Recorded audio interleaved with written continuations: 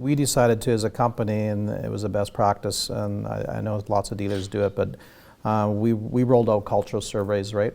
So we reached out to every staff member, and in the past you might just email them, right? And then they fill out something, but we actually put a process in place where an HR, independent person, which is kind of, she's the middle person, or he the middle person. I see there's an HR person here, but we found that it was necessary for that HR coordinator or manager or whoever to sit down with the employee and kind of be the stepping stone towards, the in-between between management. And they were able to share, what they were going through and this type of stuff. And then we would analyze that data. We would meet with the managers and go over it. And then in some cases, we knew that we had to educate our managers and they had to take courses. And in some cases we screwed up, right? And was like, hey, you know what? We're not handling these things proper, and we better fix it. And an easy example would be like social clubs, right? You're charging staff members $20. Well, then you have COVID and you can't do any social events. So what can you do?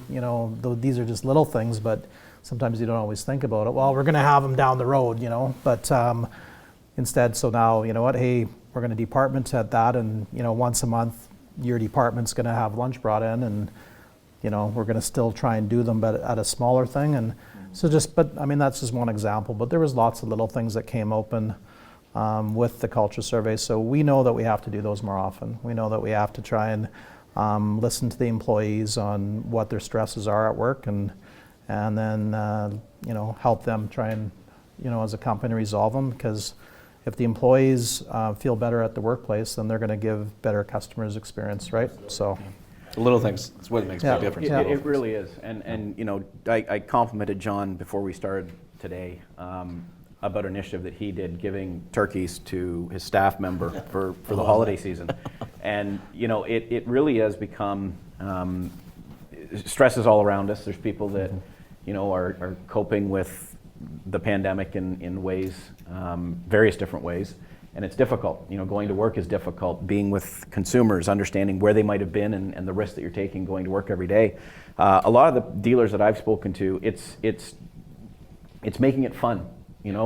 Work can be fun, and understanding that everybody's in the same boat and we're all facing these challenges. In a lot of dealerships, they're finding that as a catalyst to bring them together. And I think if you bring your team together, and John's initiative is, and a lot of dealers' initiative of putting out the surveys and finding what we can do and how we can do it better, is great, because the voice of your staff is vital. And what happened on it is, in some cases, a general manager didn't really know how his employee was perceiving him, it's obviously not easy being a GM right now or a manager of people in this environment in any company or any type of industry. But when they seen it in writing that, hey, you know what, 2 or 3 of the same employees kind of, and I approached it with them and said, hey, don't feel bad about this. This is how we're going to learn, right? This is how we're going to get better. So, there's no perfect managers. There's no perfect, no one's perfect. So let's take this feedback and try and be better, right? And I think the employees really liked it, that, they seen some changes immediately because of the survey. Yeah, and I like that whole,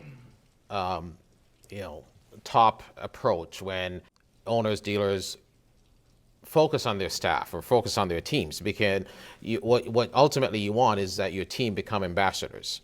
And if you have 50 ambassadors running around your dealership, that's going to show a lot to your customers. And one of the worst things I've seen in dealerships is when customers walk in and you can tell that they're, one department is disagreeing with the other, and the air's thick. The air is thick, and there's inconsistency in information, in attitude, in philosophy. And so it's a very big deal today to have that, a consistent platform, a consistent philosophy in dealerships. Well, I think with stress right now, and I've been actually talking a lot more about this than I ever thought I would ever normally talk about this. But I think about when I first started working at a dealership. Guys, we're in an industry that has a culture of check it at the curb.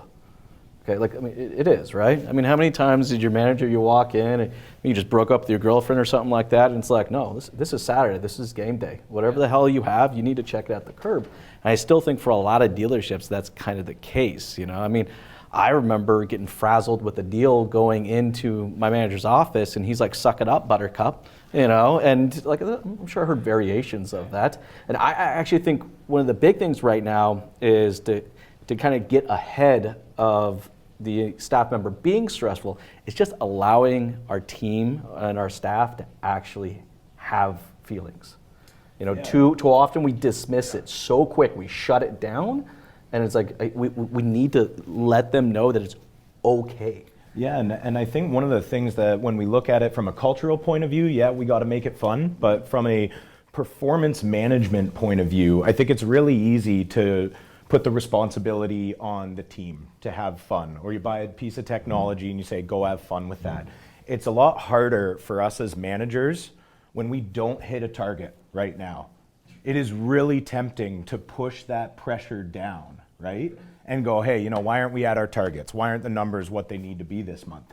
But I think starting with a little bit of empathy and understanding that there's so much change going on in the world right now, it's not just about how are we protecting ourselves and how are we protecting the team, but how are we teaching the team to protect itself from this stress, and teach them stress management stuff like the circle of influence and circle of effect.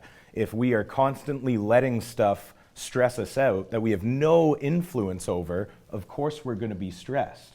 But if we've done everything in our power, if you've set the clear expectations for the process, if they've walked the path, and we're still not at the number, well, don't go home and beat yourself up. Separate that personal value from the professional. I think on that note, Dan, too, like what, you know, I'm lucky enough to have, you know, a couple sons in the business with me that are in their 20s, right? And, you know, what they've kind of tried to teach me is that not everybody responds to the same stuff, right? And then you also look at some of your managers who, you know, in the auto industry, they start out in sales and then they become a manager and then they in finance and they work their way up, but they don't really have a lot of training on managing people or HR and whatnot. And, you know, they've, you know, because I'm a bit old school, so I mean, obviously a lot of new age stuff and different types of profiles, but a simple thing is that, you know, young people like, you know, Dad, we got to start texting, you know, a millennial at the end of the day and say, hey, you did a really good job with that customer today.